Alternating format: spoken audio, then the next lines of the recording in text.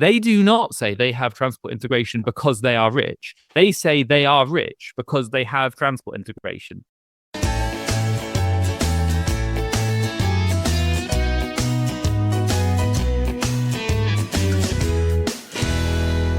Welcome to Calling All Stations, the transport podcast.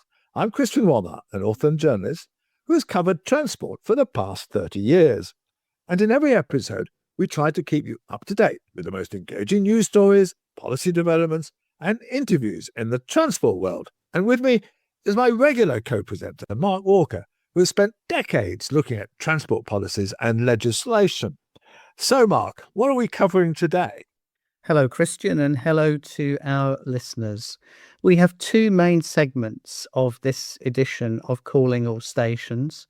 Later on, we'll be looking to the future and talking to Thomas Ableman about a proposal for a mini Switzerland of integrated transport in the Peak District of England. But before that, we'll be learning lessons from the past in a discussion you've had with Chris Green OBE, former Managing Director of ScotRail and later of Network South East under British Rail. And here's the interview. I'm with Chris Green, who used to run ScotRail and then Network South East in the days of British Rail. And I thought I'd have a chat with him after seeing him give a presentation about his time at BR, because there's a lot of lessons for Great British Railways in what he has to say. So, Chris, thank you ever so much for coming on Calling All Stations. And do start off with, not all listeners will know of you, but with your experience and what you did with your time at British Rail. Yes, so I've been a career railwayman. I began as a management trainee, very good training scheme. So we had 18 months in which we were taught our trade and moved around the country doing different things.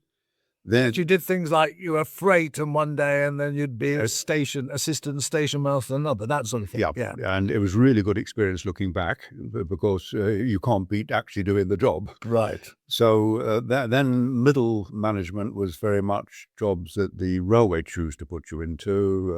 And then senior management was the exciting one where you got your own command and you had to use all that experience you developed. So ScotRail in my case was my first and you knew the whole railway as a result of that. That's something that GBR won't be able to offer so much, where people like you, who were both operators and effectively worked the crew on the rail track as well. We were seen every month by the general manager, and I remember his advice was, do look over the fence wherever you go. Just because you've gone to look at signalling in Preston doesn't mean you shouldn't look at fleet engineering or civil engineering. Good advice. So tell me what happened at ScotRail, where you arrived when it was a bit of a mess, I think. Yes, by chance, I was appointed to 3 jobs in ScotRail in 1980 to 86, and a disaster had hit Scotland in many forms. First of all, the coaches and buses in Scotland had been deregulated. Only in Scotland, because England wanted to see how it worked in Scotland. Stagecoach, right, the Suter, yeah. All that. Yeah. And they had the absolute freedom to run anytime they wanted, unlicensed, charge any fare they wanted, and of course their top priority was to undercut us. Meanwhile, I remember you saying £1 from Glasgow to Perth, and that sort of thing. Yeah, exactly that. And we were charging the standard fare, which is probably near £15. Yeah. At the same time, Strathclyde PTE was given bills they couldn't possibly afford to maintain their trains, and they were talking about cutting a third of their network out and using their buses for the traffic. And thirdly, looking round Scotland, it was desperately underinvested as a railway. Stations, trains, staff, track, everything felt run down. So it really was a crisis.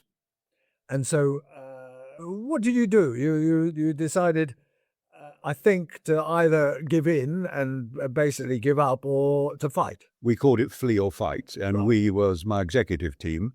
And we decided we could only fight if we were given the freedom from London to do it. And we were 400 miles away. London was really worried about the situation, but obviously didn't know what to do from 400 miles away.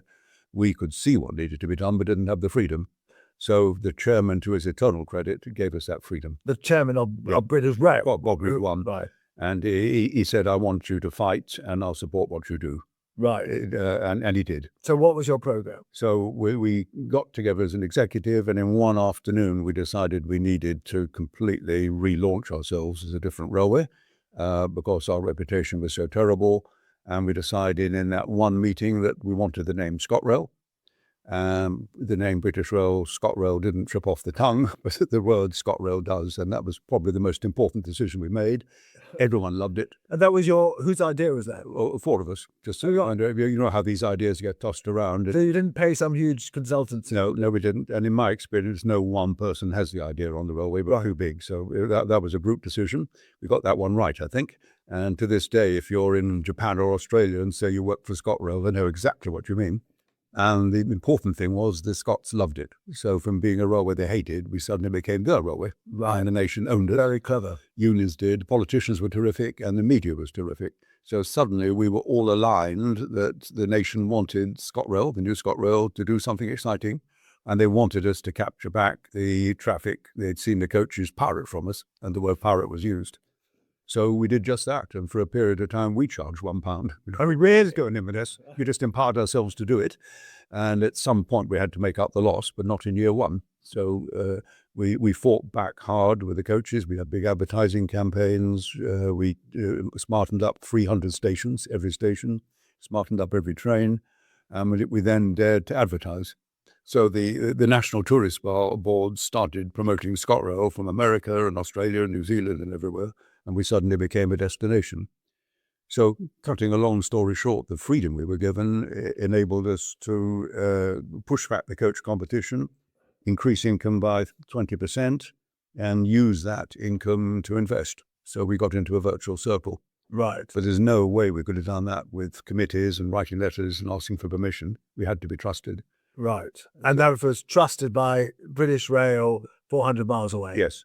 And in the first year or two, we must have lost money because we were fighting back against the coaches. By the end, we were making significant money. We were able to invest in 15 new stations, and we even rolled back beaching by reopening the Bathgate line. So it did work. Right. And did Bob Reid, one as he was, come up and check what you were doing at all? I realised afterwards that he was, because his sister lived in Oban, but I didn't know that at the time. So he was well aware what was happening. But being Bob Reid, if you didn't hear from him, just keep going. Right. When he did come up, I thought it was to say thank you. I think he managed to say the word, but his next phrase was, "Now I want you to do a ScotRail in London." So just when I thought I was going to enjoy Scotland for a few more years, I was moved at 2 weeks' notice to London and told to do exactly the same thing on a gigantically bigger network. Which was what? What was it? How would you sum up your success in ScotRail? I mean, what would you say the most important thing was? We brought respect back for the railway network. We aligned everybody, so the staff, the public, the unions, the media, everyone thought Scotland was a winner. And when you've got everyone behind you like that, you can do miracles. Right. So the opening of the 15 new stations all involved one of the regional councils putting money into their pocket to build the station. We then would take it into our budget. So there was a very willing cooperation to make rail work in Scotland. Right. So they would pay for the capital cost, and you would then pay the operating cost of running extra trains. Which was a good formula, which we copied later on. Right. Okay. So you get transferred down to London suddenly. When was this? 1986, and it felt like Groundhog Day. Almost identical problems. The commuters hated the railway. The MPs were attacking us. The media was attacking us. Why weren't we cleaning up the railway? And unfortunately, the new business sector which was called London and South East, had been told to cut its costs by a third. And you imagine being told to cut your costs by a third in 3 years. And they'd done it, and they'd done it by just not recruiting any staff. So I was now faced with a huge shortage of drivers, guards, ticket inspectors, carriage cleaners, all the frontline people who keep the railway running. And that was the only way you could cut your costs. So what was London and South East? What did it encompass? All suburban trains running south of Peterborough and Northampton and as far as Exeter, in fact, on one route. So the whole of a sudden big. It was a quarter of British Rail. Right. And had 30,000 staff. and more importantly, had 500,000 commuters who were utterly fed up. And you were the MD, or the Yes. you were called the MD. So I was being asked to take on the job of MD and do a ScotRail. So I used my honeymoon to say very quickly, I can't do it unless you give me the same freedom I had in Scotland, which was a much bigger ask. Right, this is a much bigger railway, isn't it? Much It's bigger railway. bigger than the whole of Right in the eye of government, MPs and the media. So everything that was happening was going to impact back on Bob Reid, one of the board. So what he did, he said, leave it with me. And he talked to the Secretary of State, Nicholas Ridley, who was a delegator, luckily. And Nicholas Ridley said, yep, we're going to manage by delegation. So he delegated the financial responsibility for the next 5 years to Bob Reid. He redelegated it to his 5 sector directors, of which I was one. 5 sector. Oh, you mean there's a Network Southeast, Yeah. Intercity, and so on. Right. And right. Yeah. And I did it in my turn down to subsectors. So we really had a chain going all the way down. The board and the government were absolutely clear what they wanted. They really did want a ScotRail dome in London. In other words, smarten up the railway and make people proud of it. And we had that freedom. And to be fair with them, they gave us that freedom right the way through till 1990, when there was a financial crash. We'll come to that afterwards, but let's see first of all how you succeeded in turning it around. I mean, what was you arrived there. What's your first thing to do? I think it was to learn from ScotRail. So for once in our lives, and Britain's not very good at copying best practice, we had a best practice in Scotland, which I've been involved in. So I immediately saw that the lessons of ScotRail worked perfectly well in London. We didn't have to reinvent it. And that meant we could come in running. What are these best practices? So first of all, freedom to manage, which we'd achieved. Secondly, the belief that if you really smartened up the railway, you could get more passengers, and those more passengers gave you more income, and that meant you could reinvest, and you had a virtuous circle. Right. More passengers, more investment. And it did work. So that took time. And the other lesson was you actually have to relaunch yourself if you want to be seen as dramatically different.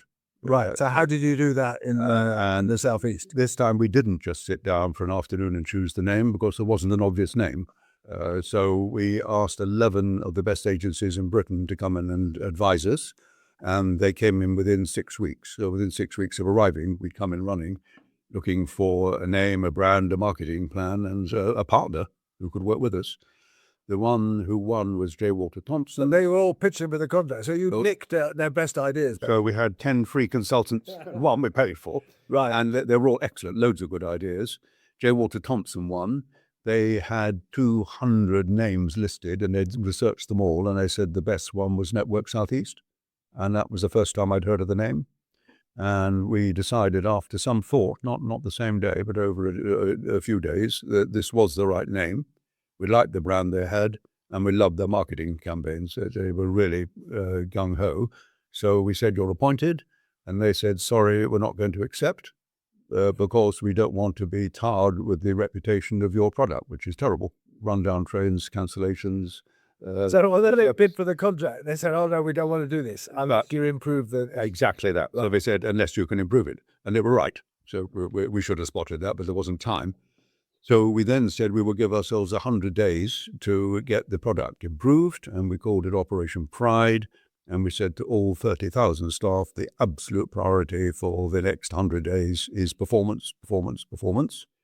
And they said, you'll have to give us some funding to make that happen. So I took a risk, and this is where the delegation comes in. This is tremendous trust of it.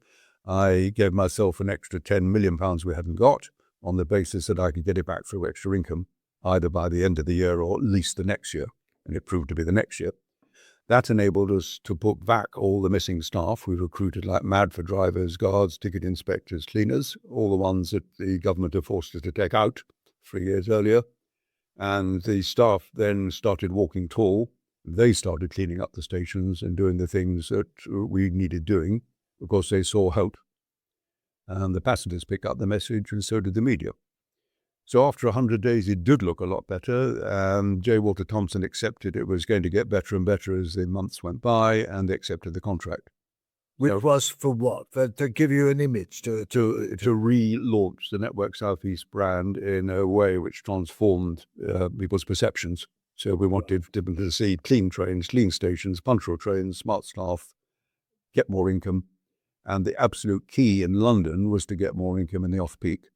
Because in the peak, you had enough passengers anyway. You bought all the trains. Commuters. Yeah, Right. you bought all the trains. You bought the track as infrastructure. You had the staff. In the off-peak, it's almost profit, almost 100% profit. So all the marketing was aimed at getting more people off-peak. And the big idea here was ticketing, make ticketing simpler. And we did that with the one-day capital card. So What was that? So I said, if you bought a day return from your local Network South East station, Yeah. the price would include the Freedom of London Underground after 9:30, London buses, London tubes. So you had to do a deal with London Transport to get that. We worked superbly well with London Transport. So we were together every week at meetings, months. We had joint campaigns, joint investment. Things like ScotRail and Thameslink began jointly. Right. So one day capital card became a £100 million product in 3 years, which was the entire income of ScotRail in off-peak travel in London.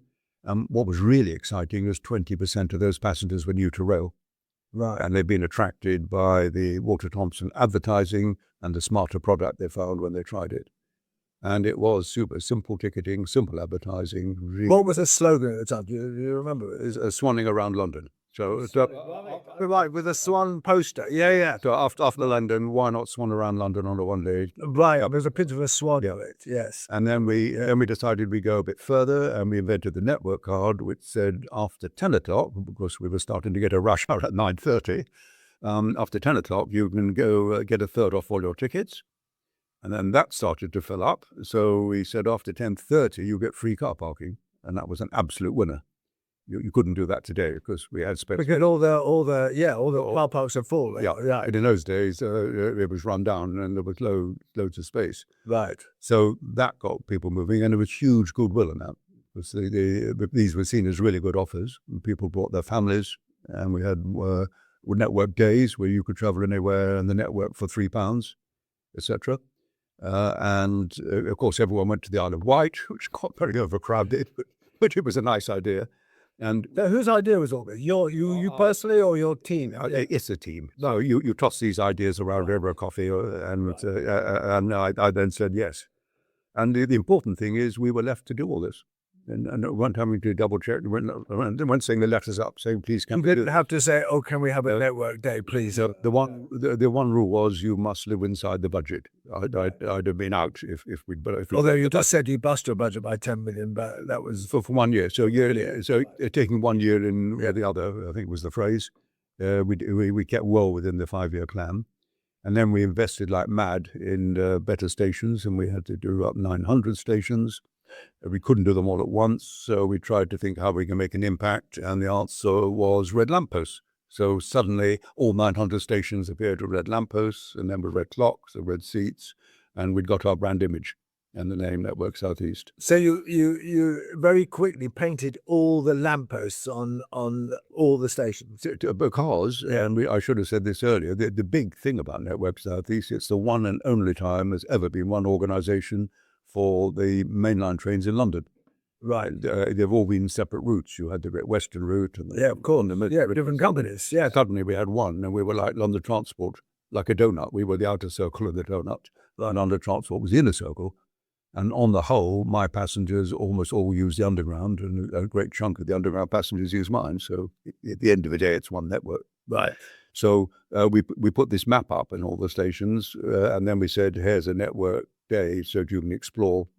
You put a map of the network, which had never been happened before. Right. And showed everything from Peterborough to Weymouth to Canterbury to deepest Hampshire. Yeah. And people tended to know that their local station had a route to London. They didn't know where it went the other way. So in my case, it went to Birmingham Airport, which amazed people. They just didn't know they could get to Birmingham Airport by train.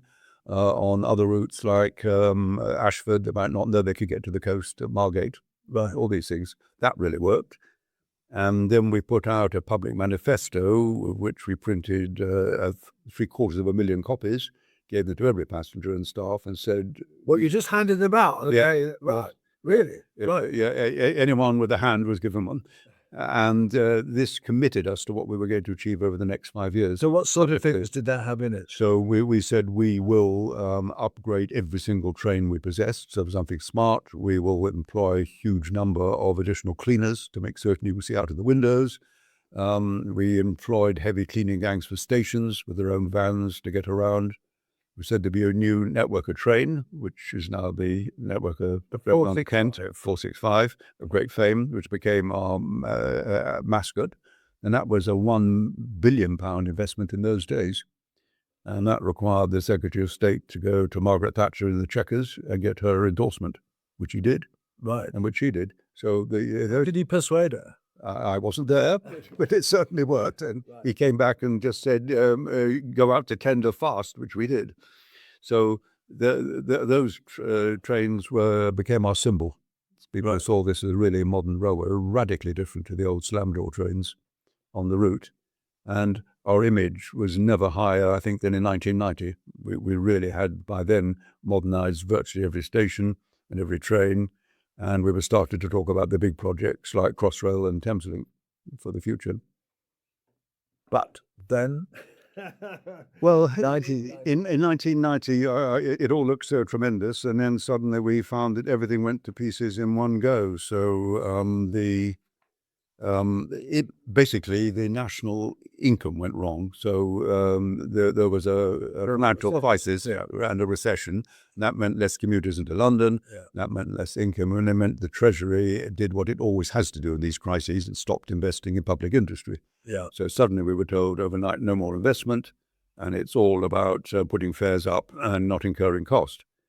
So that really changed the way we were doing things. But where we were lucky is the networker train, which Cecil Parkinson had helped us get, was a contract, legal contract, with two different companies, and it was too expensive to break that contract. So right the way through the recession, we were getting deliveries of our new trains. We were scrapping old trains, and that saved a huge amount of money. Oh, what? Because they're cheaper to run? New trains are massively cheaper to run, and they were built for driver-only operation, and all but two lines were driver-only operation by then. Lighter weight, carried more passengers, and more attractive, more passengers. Right. So they were a win-win. So we were lucky with that, and we were unlucky with the big projects. So Thameslink and CrossRail were actually in Parliament in 1991, and the Parliament was told by the Treasury there is no money. Thameslink at the time was famously called Thameslink 2000, wasn't it? Yes, it was. And we were going to have Thameslink for less than half $500 million, and it came out finally many years later at $4.5 billion. A better scheme, to be fair, right, but massively more expensive. And that's a good example where, in the Treasury's eyes, it couldn't fund something long term in the middle of a financial crisis, and yet that's what needed to happen. If you're building a train that's going to last 30 years. It shouldn't be influenced by a very short-term financial crisis. No, and Keynesian economics had it that you should be doing things in a recession like that anyway. Yeah. So you cut back on minor investment costs, but you keep the big ones going. And you can see it with the Elizabeth line. It's been a spectacular success, but we had to wait so much longer for it. Long after the days of network selfie. So what was your most pride, or the thing you had most pride about in terms of having created Network Southeast? It was the creation of one railway for London, and the sense that Hare was a brand that really stood for Londoners, and the enthusiasm it created. The staff came to work happy and were coming up with new ideas. They were using their own initiative to do things.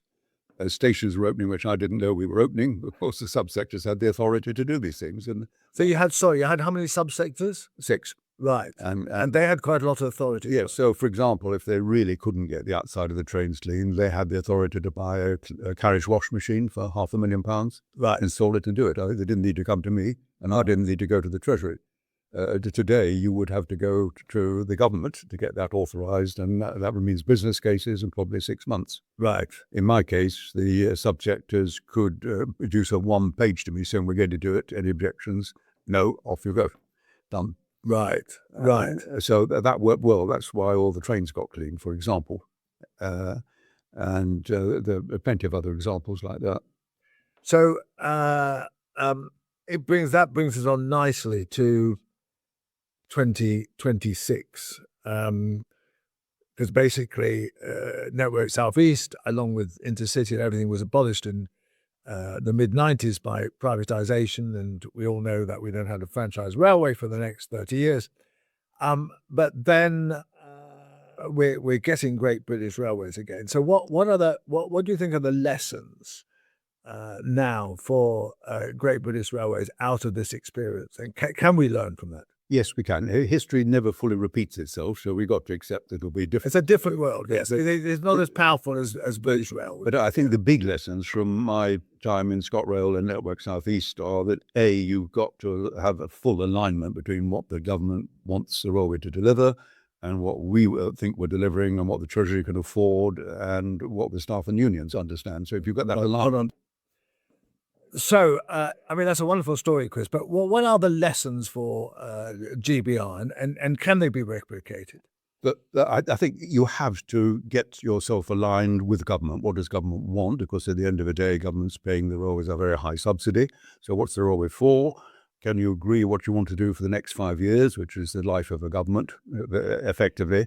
And can you get the Treasury to agree to fund that? If you've got all that, you've got alignment. Then I think the most important thing is you must be given freedom to deliver.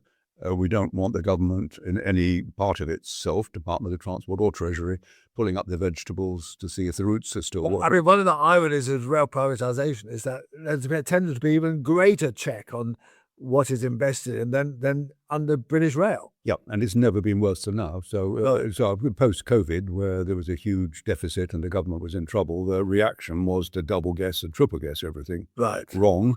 There should have been to have agreed with the industry what it must achieve or you lose your job, and then please deliver it. Right. So I was always aware I'd be out of a job if I messed up. And messing up was defined effectively as not achieving the 5-year funding. So you must not, you do a deal for so much funding, you must deliver it.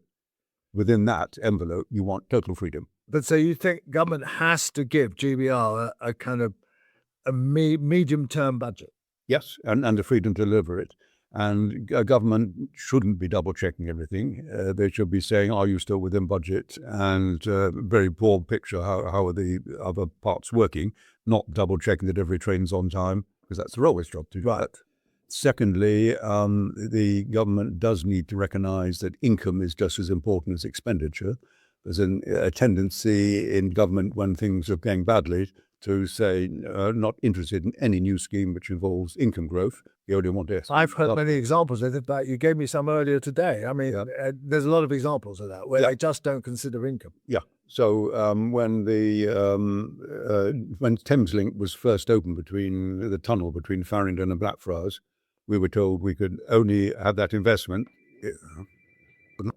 So Thameslink, for example.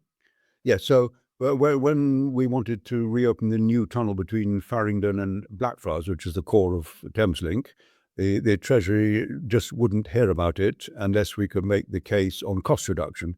The obvious case was there's going to be more income because more passengers will cross London. No, it has so that seems to be kind of axiomatic. You're opening up routes that couldn't happen before. Surely some people would use. But if you're in the Treasury, your view is you can't prove you're going to get that extra income until you got it, but you can prove that you've got cost savings. So we proved we could have cost savings, and we need less trains if we joined up the two sides of London. And that proved to be true, and that got the tunnel built. So that got us cracking. A more mature business approach is to say within your budget or 5-year plan, you have freedom to use the income and use the expenditure. And in the case of Network Southeast, it was all about growing the off-peak income. Right. And I knew that was going to work, but we had to prove it to the Treasury about and doing you think that's still the case? There's still a lot of potential to grow off-peak income. You can see why freedom to manage is so important. If we hadn't had freedom to manage, we'd have had people double guessing us, say you can't assume there's going to be more income by promoting off-peak travel in London. Right. I took that risk, and we took that risk, and it worked. Right. And so do you think there is potential for GBR to take on initiatives like that, to have the sort of marketing initiatives and I think they've got to be humbled enough to accept that in the last few years we've lost the confidence of the Department of Treasury in delivering. So we've got to prove we can deliver. Because of electrification on the Great Western, because of HS2, because of... And looking back, I had to do that too, and it worked. But the trick is to have some small steps that make them work. And a good example, I think, will be Scottish electrification has been done at half the price recently of the Great Western scheme. Right. The Treasury is still using the Great Western number for the future electrification. Wrong. So we got to persuade the Treasury we've done this right in Scotland. Now please accept that and let's use that as a new standard. Then we have to deliver the new standard.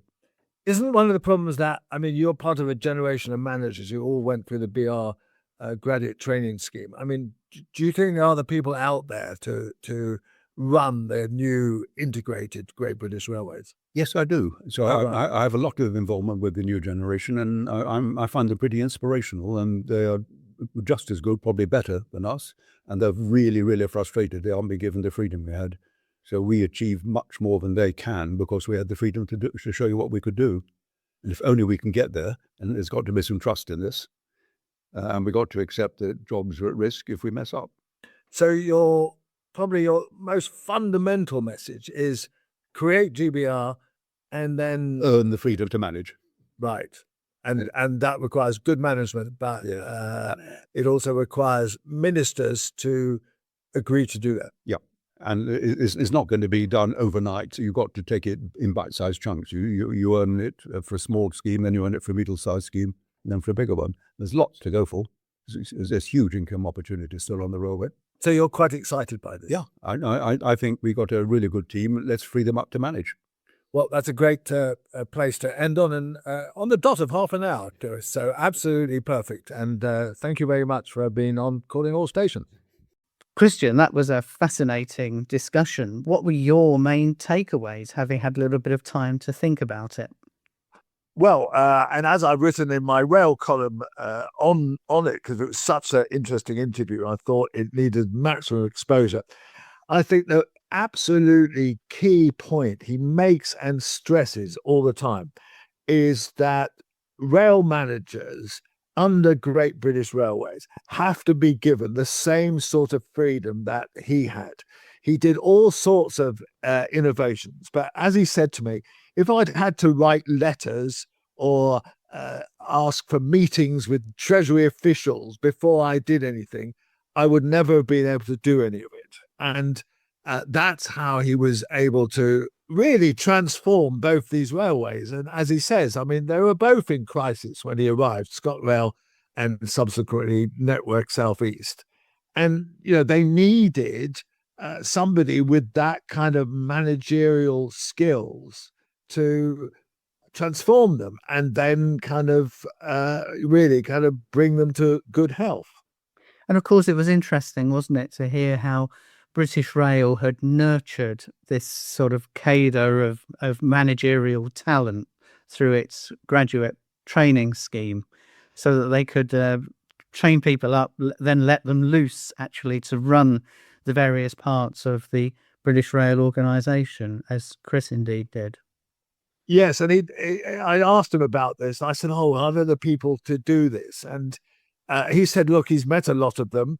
He's been going around the railway talking to people, and he thinks there's a very good cohort of managers available. They just have to be given their head, as it were, and allowed to, make decisions and launch initiatives without having to come to the Treasury or worse, ministers before they can do anything. There are a couple of other aspects that I found especially interesting as a communications person. First of all was that in the case of ScotRail, the brand was thought up by the management team themselves without any external advice, and has lasted all these years. 45 years on, ScotRail is still a recognised brand in the UK and around the world. But also when it came to the Network South East branding, they did bring in the external advisors, but the winners of the competition to provide the external advice and the branding and the advertising campaign said, we won't work for you until you've actually made your product better, because we're worried that it would tarnish our own reputation as a firm. So they actually had to smarten up and clean up Network Southeast before the branding and marketing people would work for them.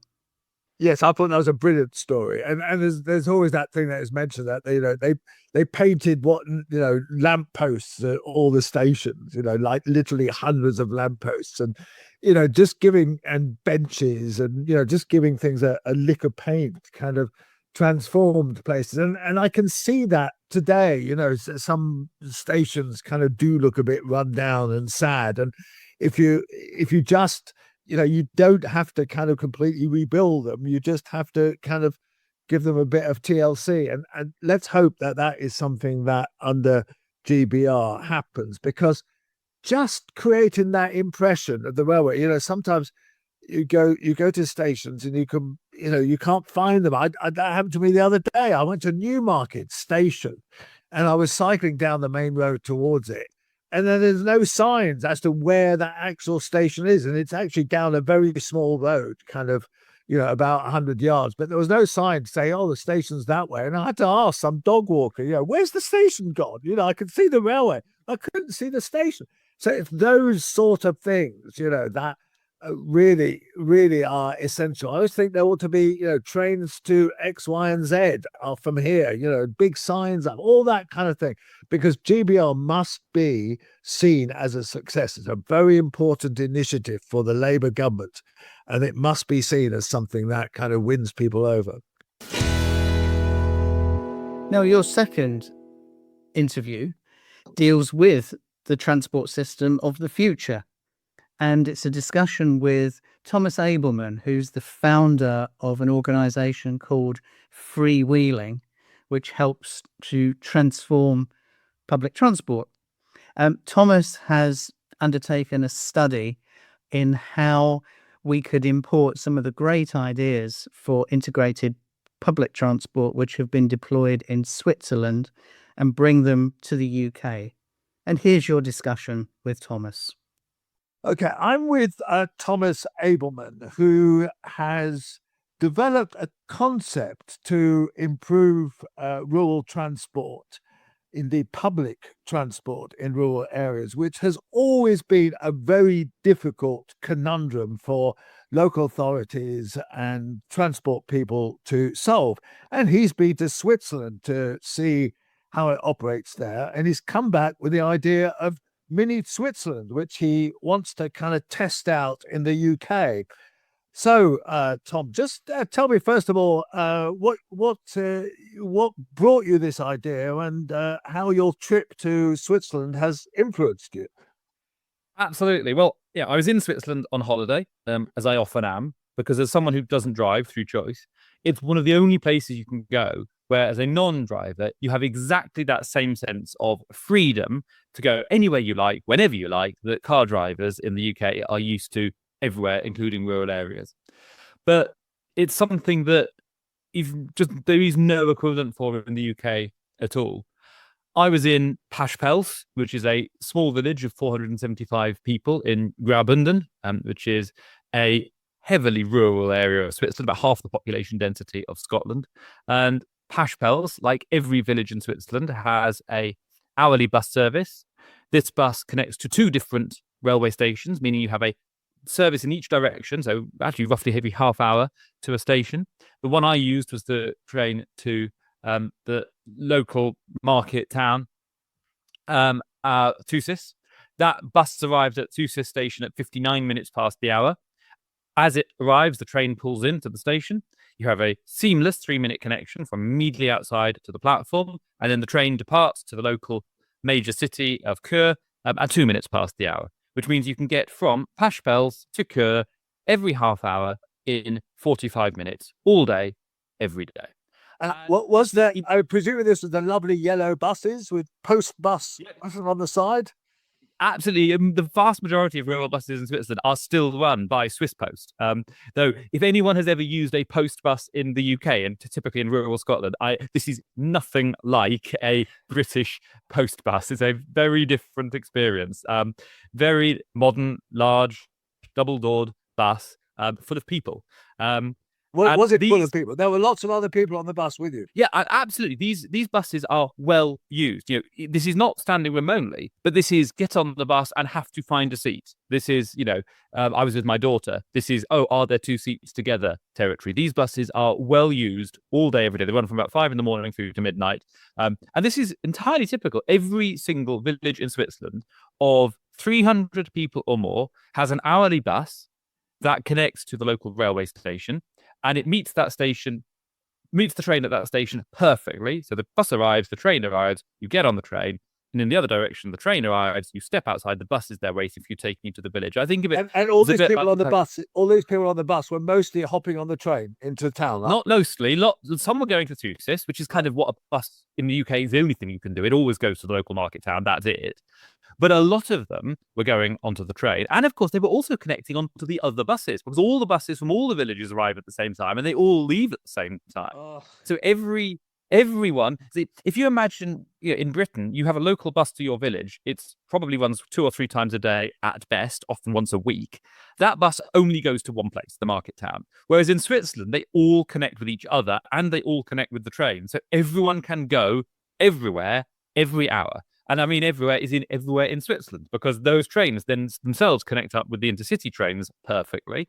So there's just this perfect, constant, hourly, seamless connectivity from everywhere to everywhere, every day, 7 days a week, 18 hours a day. That's just how it works. And for them, it is normal. And it's so different to us. Who pays for this and how does that work?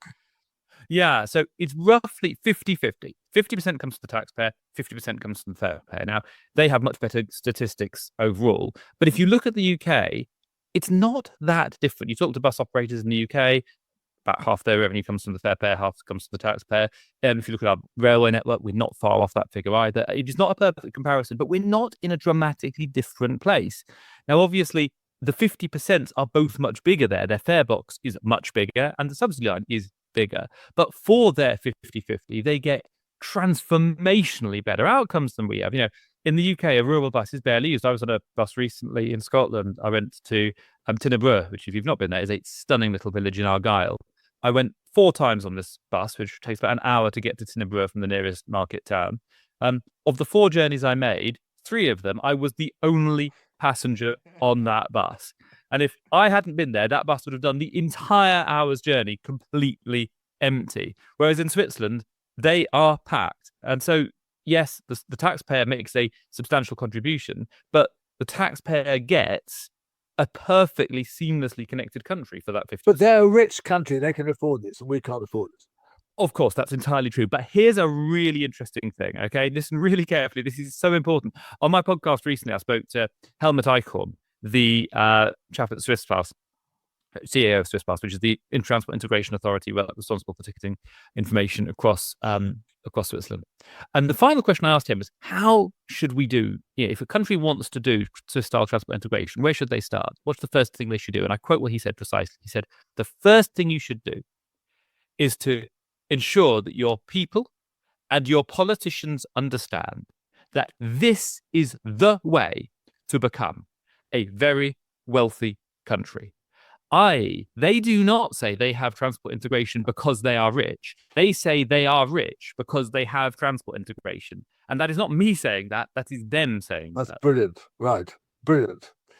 Okay, so you're going to try and bring this to the UK. Well, that's the thing. So as always on holiday in Switzerland, I thought, why can't it be like this in the UK? And of course, I know why it can't be like this in the UK, because our regulatory structures are different, our competition law is different, our political system is different, our market structures are different. Everything makes it almost impossible. I mean, genuinely almost impossible to achieve anything like this in the UK. And so one always thinks, it can't be done. But then I had an idea, and I have a huge advantage in this respect because I live in Walthamstow. And one of the very few good things that Boris Johnson did was when he was mayor of London, and he came up with the idea of Mini Holland. And this was when he was really promoting bike travel. And we had, far more than we do now, really terrible bike infrastructure in the UK. And so he, through Mini Holland, funded one place, actually 2, but Walthamstow was the main one, to develop bike infrastructure to the standard of a Dutch town, not just incrementally, but transformationally.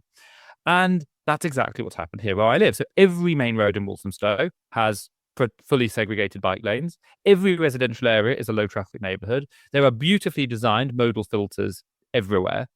There are Sheffield stands outside every shop, and every station has a proper bike store. It's fully indoor, lockable bike store, and so it's what you would have in Holland, and it shows that it can be done. And then during are people cycling as a result? That's a key point. God, yeah, absolutely, everywhere, and not just delivery drivers. There are also lots of delivery drivers, all dressed in black without lights, right. And so people from all over the country, hundreds of local authority folk have come and visited Walthamstow to learn how it's done. I mean, it's been the number of times my local high street, Orford Road, has been on reports and in conferences. And then during the pandemic, especially when everyone wanted to try and do low traffic neighbourhoods and cycle lanes, the learning experience from Walthamstow was incredibly powerful. So I was like, okay, that's really interesting. Let's do that for Swiss-style rural transport integration. Let's create one mini Switzerland where we do this in one place really well as a national scale learning demonstrator. And we can discover how quickly demand ramps up, how these things are used, what you need to do to make this happen, what the demand profile looks like through the day. And happily, you've chosen somewhere called Hope Valley. I mean, you couldn't make it up, could you? There were many reasons why we chose Hope, but if you want to prove what is possible, where better to do it than a place called Hope? But the reason we chose Hope Valley was twofold. One, there's a fantastic local community action group there called Hope Valley Climate Action, and they've been superb in driving this alongside me.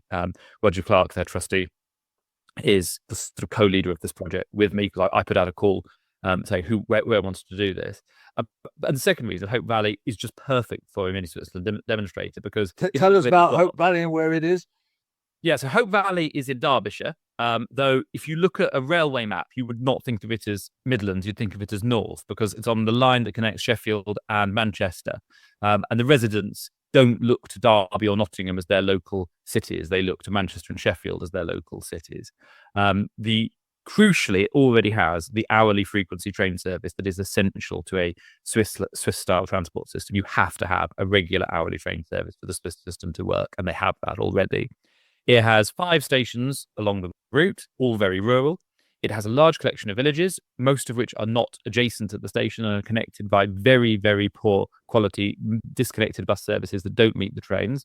It has a huge visitor economy and a huge range of attractions in the area, some of which are absolutely packed with cars that cause congestion and double parking and frustrates the local residents.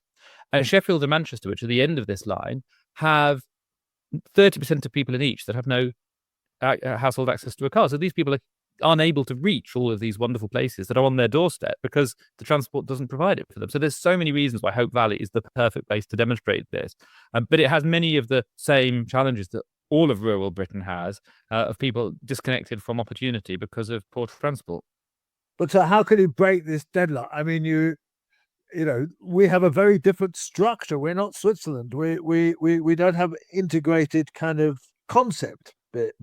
No, you're absolutely right. I mean, in Switzerland, by law, there is a duty to cooperate. All 250 transport companies in Switzerland have a legal duty to cooperate, whereas we have the opposite. We have competition legislation that makes it very difficult and makes operators nervous about being seen to cooperate.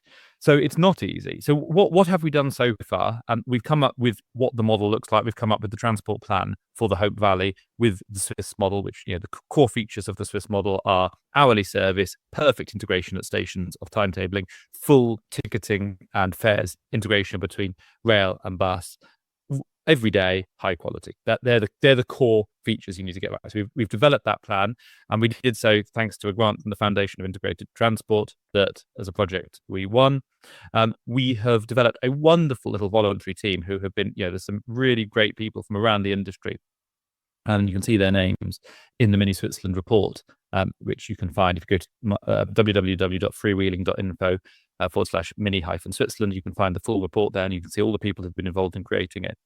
And we're now working very closely with, we've met the Mayor of the East Midlands, who was really positive, Claire Ward, the team from East Midlands County Combined Authority, the Department for Transport, the Northern Rail, the local bus operators. There's a huge groundswell of support and desire to make this work, which is fantastic.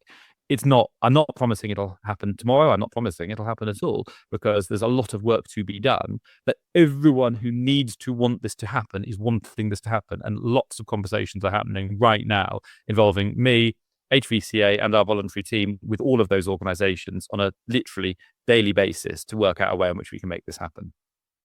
And obviously the question is money. Who would pay for this, and how would that work?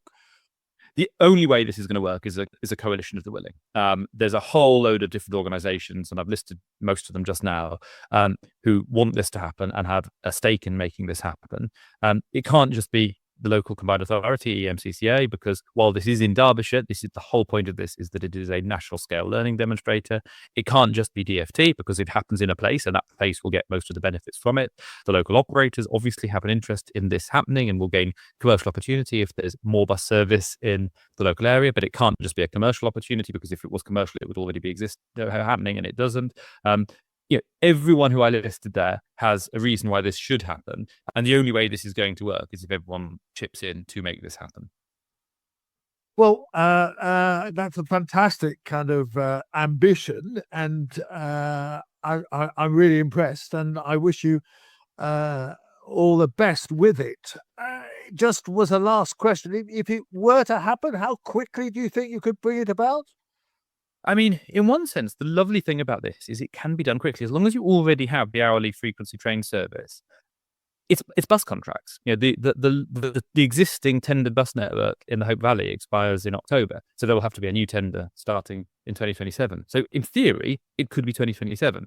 Now, there's a lot of funding, assembly, and complexity to get through, which we're working through actively at the moment. So, am I going to stake my reputation on it being 2027? Probably not, but it could be. If not, then 2028. I mean, because it's a rural service in a national park, it makes sense to start it at the start of the other season. So it would be Easter 27, Easter 28, Easter 29. They're the kind of dates it could start, but it could be next year. This is not. There's capital investment required as well. By the way, if we're going to do this, it's a demonstration of what it looks like to do it well. So things like crossings, but main roads need to be installed or upgraded to make sure you can reach bus stops on both sides. Bus and stop infrastructure needs to be improved. Hard standing needs to be installed in rural bus stops so that people don't get their shoes wet waiting for the bus. There has to be a comprehensive plan for what this looks like. And that's what's described in the report. It's not just bus timetabling, but it's nothing that takes that long or is that complicated. Well, thanks, Thomas. That's absolutely great. And thank you for being on Calling All Stations. And maybe we'll come back to you in 6 months or a year and see how it's getting on. Here's Christian's final thought from the Departure Lounge. Well, there is an extraordinary statistic that I've come across. The Stonehenge tunnel that was going to be on the A303, that was long discussed to enable traffic to flow more freely past the henge and therefore, hopefully improve the environment or whatever, has been finally scrapped. The idea, was very controversial because people were very worried it would damage the stones and that it would, really create something of a motorway next to the stones and it would be detrimental and so on. It has finally been scrapped. It was a Labour promise and one hopes that there'll be other schemes that maybe they will scrap. But anyway, this is one of the big ones. But in the small print announcing this, they said this has cost £179 million. And it's before a single sod has been turned. It's before any work has been carried out. They spent £179 million on designing a tunnel underneath a basically small hill and a flat bit of land. And you think, how can they do that? How does that happen? And why is that not an utter scandal? That it shows everything about it. It's along with the Bat Tunnel that, costs more than £100 million and other kind of aspects of this. They've spent nearly £1 billion so far on the Lower Thames crossing before any construction has been. There is something inherently wrong with our system and it needs to be addressed.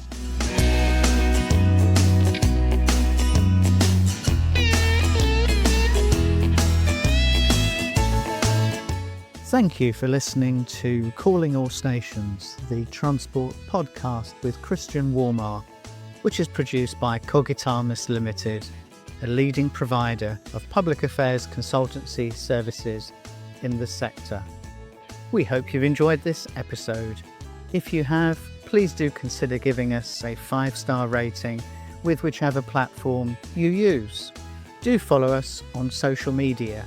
You can find Cogitamus Limited, Calling All Stations podcast, Christian Warmar and Mark Walker across a variety of platforms, including LinkedIn, Instagram, Facebook, Blue Sky and X.